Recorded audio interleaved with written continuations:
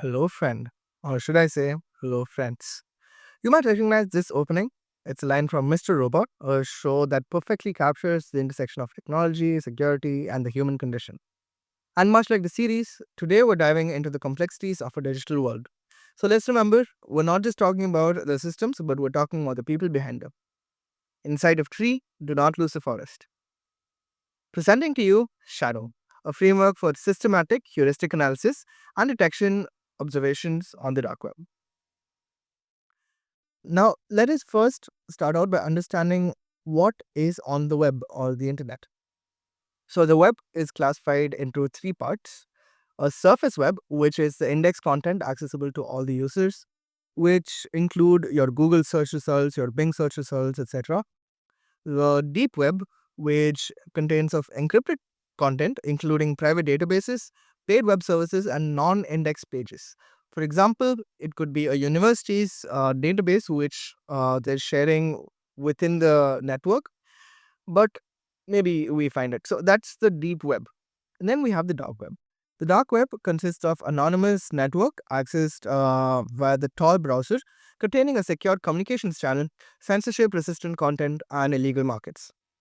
It is it uses Tor networking, a system intended to enable online anonymity, routing traffic from one place to another, making it virtually untraceable, making it really hard for anyone to find the server. Now, I've split this into two levels of understanding: a basic understanding and a network level understanding. Basic understanding of how Tor works. We have a client, an entry guard, a middle relay, an exit relay, and a destination. Now, all of these nodes are computers or systems, as we can call it. And the thing about Tor is that a given node at a given point of time does not know any information about the source other than its previous node. That way, you have a layer above a layer above a layer, just like an onion. You have so many layers of masking that you can stay truly anonymous. Now, at a network level, we have a hidden server, a client, a directory server, a rendezvous point, and an introduction point. So, the hidden server establishes itself to the introduction point and the directory server, and the client identifies the hidden server through the directory and visits the rendezvous point. Now, the client informs the hidden server that we have to exchange information. I'd like some information from you through the introduction point, and the hidden server also meets at the rendezvous point and they exchange the information. This is how Tor overall works. Now, the online routing protocol is not as anonymous as you think it is. Whoever is in control of the exit nodes is also in control of the traffic. And there are so many types of attack vectors and types of attacks on the Tor protocol, but that's not what we're gonna talk about today. Now, what is on the dark web? We have carded items like debit cards, credit cards, counterfeit items, digital products, drugs and chemicals, fraud, guides and tutorials, jewels and gold, other listings, security and hosting services, software malware, weapons, etc. We have so many things. This is where the bad guys come to play to buy things from the market. This is where the bad guys buy zero-day attacks. They buy scripts for script kiddies, and they buy other bad stuff. Now, obviously, if they're selling debit cards and credit cards, they got to be real. They got to be stolen debit and credit cards, which means they have your PII, personally identifiable information. Now, what is PII? It is a information becomes personal when it has something personally identifiable, as the name states. Now, Cisco has split this into three categories, as on the slides. Data that directly identifies an individual, like your name, address, phone number, tax number, collection of data together that identifies an individual. For example, you have my university registration number, you have my employee number at my office, and you have my email and my phone number. With all of this, you can actually call up my company and get other data. But if you just have my employee number or you just have my email, you can't do as much. We have data that's associated with personal identifiers. For example, the MAC address of my device, the physical ID of my device, IMEI number of my phone. Now, you have PII and you have sensitive PII. What makes PII sensitive? Something that can be used to embarrass, harm, or discriminate against the person, or used for identity theft. If PII cannot be linked directly to an individual person by itself, it's not as sensitive. And here's some classifications of sensitive PII that has been published by Cisco. Now, let's go through a small exercise. Is it PII, right? Or give me examples of PII, we can call it. Email address. We need an example of a personally identifiable information email address and a non-PII email address. Use a chat or unmute or... Now, an example for PII would be John Doe or something that belongs to an individual, like a personal, gmail.com. Another example for non-PII would be support@company.com. That way, you can't really do much. It's not personally linking to anybody. IP address. Example for IP address would be something like my private IP. Non-PII would be a public IP of a server, because now you can find out where the server is, but it's a corporate server. It does not belong to a single individual, right? Now that's the point of proxies and VPNs. The exit nodes are from corporate data centers. Address information. Simple. My house address is a PII, while my company address is not PII. Financial data. A credit card number is PII, but the tax identification number or any identification numbers of the company is not PII. Geolocation data. Again, if you have my coordinates, it's PII. But if you find my coordinates, through IP geolocation, that's not really PII, because it's very generic, the location you can find from an IP address, unless you are the feds, and you can contact my ISP and get my exact location. Now, the dark web is bad. What challenges does the dark web pose, right? The current challenges: continuous increase in dark web activity, uptake in unstructured data. So since all of this data is unstructured, it's very hard to automate how to get what data where and get them together, for intelligence. Growing attack surfaces as well. We don't know where we can find data. Now, the effects are insane. Within the first quarter of 2023, as per a very recent report, 6.4 million data records are lost. And per record, if you lose one record, you are to pay $165. That may not seem much as a company, but given that you're losing millions of data records, it is a lot. And there has been $1.1 billion paid in ransomware in 2023. Now, crawlers. How do I protect myself and how to automate it? Because I cannot be sitting and doing all this work, right? Automated dark web monitoring. So here's what a generic web crawler looks like. We have these spiders, which are my program or script that go through these pages, these web pages. It can be on the surface web, on the deep web, or on the dark web. And it stores it to the database represented by a cylinder. Now here's an architecture for a dark web crawler. Now, the only difference between this and a dark web is the Tor proxy. If you have a Tor proxy, you can connect to the dark web. If you don't have one, you can connect to the surface web. If you have one, you can still connect to the surface web, but it's going to be very slow. But that's it. Now, what makes the dark web so special? It is the Tor. Other than that, it's a normal web server. It's a normal program. It's all normal things, just hosted through Tor. Nothing that special. It's just that I have to connect to the Tor proxy before running the script. Choose a random user agent, because you don't want to be accessing from the same user agent like Google or Mozilla every time. Connect to a known website. Now start from this seed URL from this known website and fetch the login form. Now, either through manual entry or through automated OCR analysis, we fill in the CAPTCHA and log in or sign up and create an account for the forum or whatever they have. Then we go for the product links, the category page. We keep switching products and pages and getting the data and saving them to a file. Now, what if you could also automate the CAPTCHA? What if you could also automate categorization and classification of unstructured data? For this, we'll be using NLP, NER. So let's just get to that. There are three techniques that comes to mind when you think of data extraction from unclassified or uncategorized text. You have regular expressions, you have NLP, and you have something called NER, named entity recognition. Now your regex does pattern matching and is rule based. Now I would know the regex for an email address. I would know the regex for a phone number. Would I know the regex to separate the first name and the last name of person, or to find out if it's a company name or a person's name? No. NLP will understand the context and recognize an now NER comes under NLP. Now these two come under the NLP, the regex and NER. Now there we have again it is rule based. Now what does NER do? NER or that works based on BIRSTM, bidirectional long short term memory. Now we'll get to the technicals of that. What does it do? It uses machine learning. It takes in sequential data input.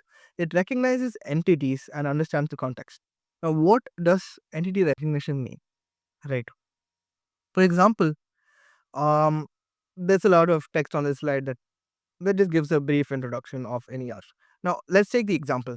President Joe Biden visits Europe in the first presidential overseas trip. Now, Joe Biden is a name, President is his designation, Europe is a continent, visits is a verb, and first is an adjective describing the presidential overseas trip, which is the object in this sentence. So, this is what it does. It takes out the president, which is your title, Biden, which is your name, Europe, which is a part of geography, etc. So, how does this work? First, we need to establish the boundaries of the entity, that is, tokenize this, that is, split by space bars, as simple as that. Then we need to assign an entity to a predefined class. Now, you have two techniques, grammar based, where we manually say that this, if it is John, or if it contains university, it's an organization, or if it contains John, it's a person, etc. Or we can do it based on statistics. You read existing things, learn from it, and work based on statistics. The only drawback is large amount of training data. Now, here's how rule based training works, and this was introduced back in 1995. IOB tags. The I prefix indicates that it's inside a chunk. O indicates that it's outside or belongs to no chunk. B indicates that it's in the beginning of a chunk, right? So let's take George. George is a B tag, and B classified as a person, is traveling to, that belongs to no chunk. England is geography, and that's inside of the geography. So England. Then we have on, that belongs to no chunk. That's just another small word. And then Sunday. Sunday inside of a chunk and belongs to time. That's how NER works. And here's a diagram of how NER works, right? So I'm going to use my notes. This diagram illustrates the architecture of BIOSTM with CRF. So it uses a conditional random field, right? Let me break it down for you. Now we have the blue circles, that's the input layer, and these represent the input sequence, typically word embeddings. Each X represents a word or a token, and it has the 1 to n for the position of the sequence. Then we have the BILSTM layer, which is the pink diamonds. Now, these pink diamonds marked I's and R's, right? Now, the I's process the sequence left to right, that's called the forward LSTM. The R's process it right to left, called the reverse or the backward LSTM. And you have the arrow marks to show how it's processed. And then we have a combination layer, which is the C for combination. Now, it combines the outputs from both the forward layer and the backward layer, and it creates a rich contextual representation for each token that we input, and it receives input I from each corresponding I and R nodes. And then we have the final layer, WISE, which is the CRF or conditional random field layer, which predicts the NER tags. Models dependencies between adjacent tags, like the horizontal lines and the horizontal lines between WISE represent the sequential dependencies. So this depends on that, depends on that. It's a sequence. What is the point of the sequence? It's based on context aware, right? AI. It helps maintain tagging consistencies. For example, B followed by I tags. Now, BILSTM captures long-range dependencies in both directions. If you look at the Y layer, CRF The conditional random field ensures that you have valid tag sequences by considering the transitions between the tags. Combination of this BiLSTM and CRF outperforms other components of the NER tasks. For example, let's say John lives in New York. BiLSTM will capture that New York appears together. The CRF would learn that if new is tagged B location, York should be tagged I location, as we learned about IOBs in the previous slide. This results in more accurate and consistent entity recognition. Now, here's data from a sample research paper that has used NER to model drugs from a drug marketplace in the dark web. We have dark web pages that's crawled by a dark web crawler. You're going to extract the data from the titles and the content, get the drug names, and then create entities. You have a street entity or a chemical entity. Both of these are trained onto we have training data to the model, and both of these are used for classification. You have the sequential constraints which are processed, and then you have the drug NER dataset. And then we evaluate the performance. So here's the performance. We have an accuracy of 98% from 17,931 scanned web pages with 9.7 thousand pages related to drugs. Now, to the final part of the presentation, the shadow framework, which is the whole point, right? Now, what we propose is you have the dark web, you have examples of forums in dark web, can be breach forums, anti-chat, and RU tracker. Now, you have the dark web. Now, RU tracker is not on the dark web, it's on the deep web or sometimes available on the surface web as well, depending on your geographical location. Now, you have website search engines crawlers. Now, a crawler is what we're going to be making. And the dark web is content that cannot be indexed to a search engine. You're going to connect it to a crawler or a scraper. What you will do is use regular expressions to. Now, I can use regex to find emails, to find names, to find telephone numbers, etc. Use regex, transform the data, and store this data on the cloud in a private proof of authority based blockchain storage, which I will get to in the next slide. Why blockchain? I will get to that. Then use an NLP pipeline and then use ranking to serve data to the user. Now, what does the user do? I would sign up on this portal, given my name or my email, and sign up for alerts in case it was found by the scraper on the dark web. Now, why blockchain? On blockchain, we have, now this is a different example of a proof of authority blockchain, but this is to understand how the blockchain works. We have the users and application as anything else has. We have an API as anything else has. We have something called a smart contract. What a smart contract does is it forms the rules and aggregations of a blockchain network. The whole point of blockchain is that it's immutable, right? You can store data, you can store documents, you can store whatever on something called an IPFS and connect it to a blockchain. Now, IPFS stands for Interplanetary File System. And the blockchain is POA, proof of authority. So I own the blockchain, I have authority. So a specific bunch of nodes have authority to add blocks to the blockchain. And the whole point is it's immutable, right? You have an irrefutable, non-repudiable source of data or information. Coming back to our framework, we store it in this blockchain for security and safety of our own data. And now the NLP part. We have the raw dataset, we have word representations, we have NER. As we saw in that drug chemical or before that in the layers diagram, we use NER to recognize the structured entities through an ANN or an artificial neural network.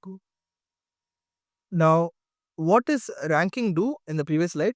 If I look for my data, obviously I need something that has my name or whatever I input on it. So rank my results. It uses ranking to rank the search results and give me the latest or most relevant data to me based on my requests or queries. Here's the experimental setup that we had used to test the system and run the system. It is currently under implementation but has been presented as a research work in an IEEE conference.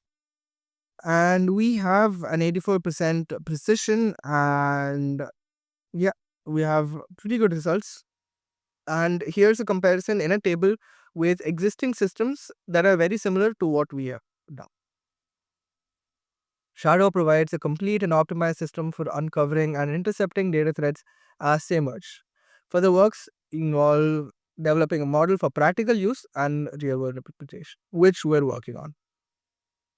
This research work and paper has been presented at RIT Dubai in the IEEE UAE section and will be published in the conference proceedings.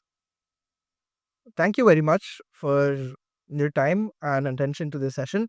I really hope it was informative and opened new perspectives on the attack surface and how things are going on in the darker and deeper parts of cybersecurity. You can contact me via my email, aaditya@intellex.in, on my website, or my LinkedIn, like that. Thank you so much. I'd like to thank ISC Square for this opportunity and thank all of you all for listening and tuning in. Have a great day. Bye bye.